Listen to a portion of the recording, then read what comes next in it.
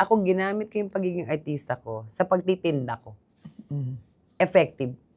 Effective. Kasi kilala ka eh. So, kumbaga, may mukha yung negosyo mo eh. Yun pa yun.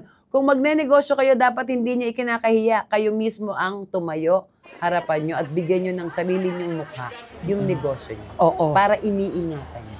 Hindi kung kani-kanino nyo pinapa-endorse. Magbigay tayo ng tips na practical. Number 1 is mahalin mo ang negosyo mo. Yes. Number 2, dapat hands-on ka. Yun, dapat talaga kasi para hindi ka nakukupitan. Isipin mo, sa araw-araw na makukupitan ka ng 100 pesos, may bagay yun.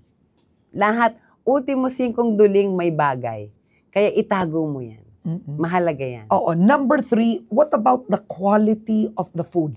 Let's talk about that. How do you sustain? How do you maintain? Okay. Yung asawa ko kasi matikuloso siya. Makita mo rin sa pagkatao niya eh. So, ganun talaga siya. So, ngayon, palibasa siguro ako din, may memory ako. Yung memory ko na pag natikman ko, dapat ito yung lasa. Kami hanggang ngayon, for 6 years, kakainin namin yan to make sure na tama yung lasa niya. Kumbaga, kami mismo ang nagko-quality check at nagko-quality control ng nilalabas namin. At si Bebe Lab hanggang ngayon, nagluluto siya sa kusina. Ando siya sa kusina, binabantayan niya yun. To make sure na tama, pareho, at naka-Bible. Nakasulat kamay niya ang lahat ng ginagawa niya sa mga pagkain. A sense of Filipino.